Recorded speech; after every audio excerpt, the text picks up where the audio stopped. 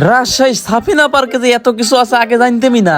Ticket কেটেই মনে হলো বড় সড়ো একটা তেশমা রাখা, না মানে জিতে গেলেন, না মানে ভিতরে ঢুকে কি কি ঘটছে সবকিছু কই তাহলে বুঝবেন না। তো দৌড় বেড়ে ভিতরে যাই দেখে যে বড় বড় গেমা কাটে আবার সাইজ করে করে থুইছে।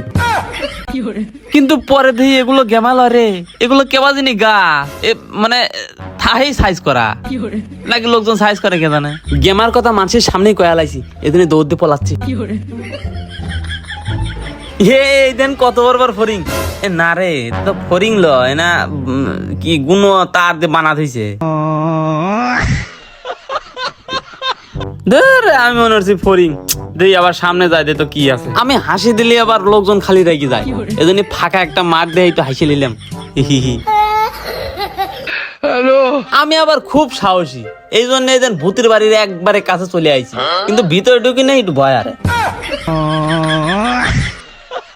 ভয়ের ঠেলা এদিন এরা দৌড় পারি পারি পলাচ্ছে, আর আমার এগাতে তো ভয়ের একবারে বাজারের মধ্যে যা পলা রয়েছে। তারপরে বুকে সাহস নিয়ে একবারে ভূতের বাড়ির গোড়ে ব্রিজের উপরে উঠলাম। উঠার পরে কেমন একটা,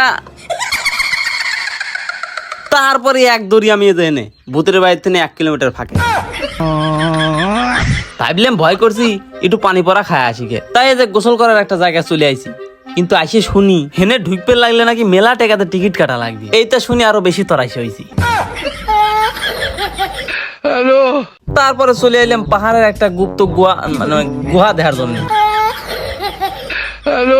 এই যে দেখেন সেই আদিম গুহা। আমার ভয় করে জন্য আমি গুপ্ত গুহার মধ্যে যাবই লয়, আর গড়ে আসে দিয়ে আমার টিকিট শুদ্ধ কাটিয়ে থুইছে।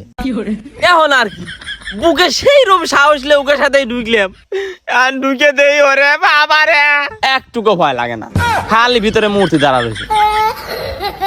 হ্যালো কখন কোনটা লাফা উঠবে নি, এসব কথা কলে আমরাই কইলাম। এই আওয়াজ শোনার পর এক দৌড় দিয়ে বাড়া এসে দিয়ে এনে ঝর্ণা। তারপরে সব ভয় ভুলে যায়, সবাই মিলে ছবি উঠলাম। হ্যালো আর যাই হোক ঝর্ণার আওয়াজটা কিন্তু সেই লাগতেছিল। তারপরে 4 তারিখ ঘুরি ঘুরি এই দেন আমরা একটা বাগানের মধ্যে আইছি, সব ফাঁকা, কেউ নাই। পরে দেখলাম ফাঁকা হয় কেবারে, আমরা তো রইছি। তবে পার্কের মালিক মনে হয় গরিব, এই দেন ছাতের ডাট বানাতে হয়েছে, কিন্তু ছাতের উপরে কোনো কাপড় দেয় নাই। এখন পরে শুনি এডি বেলে ডিজাইন লে হালুয়া। তারপরে এরা সবাই গুলো হেনে বলে বিশাল একটা সমুদ্র আছে, আর করে যায় যে বাবা সমুদ্র লয়, বিশাল ড্রেন।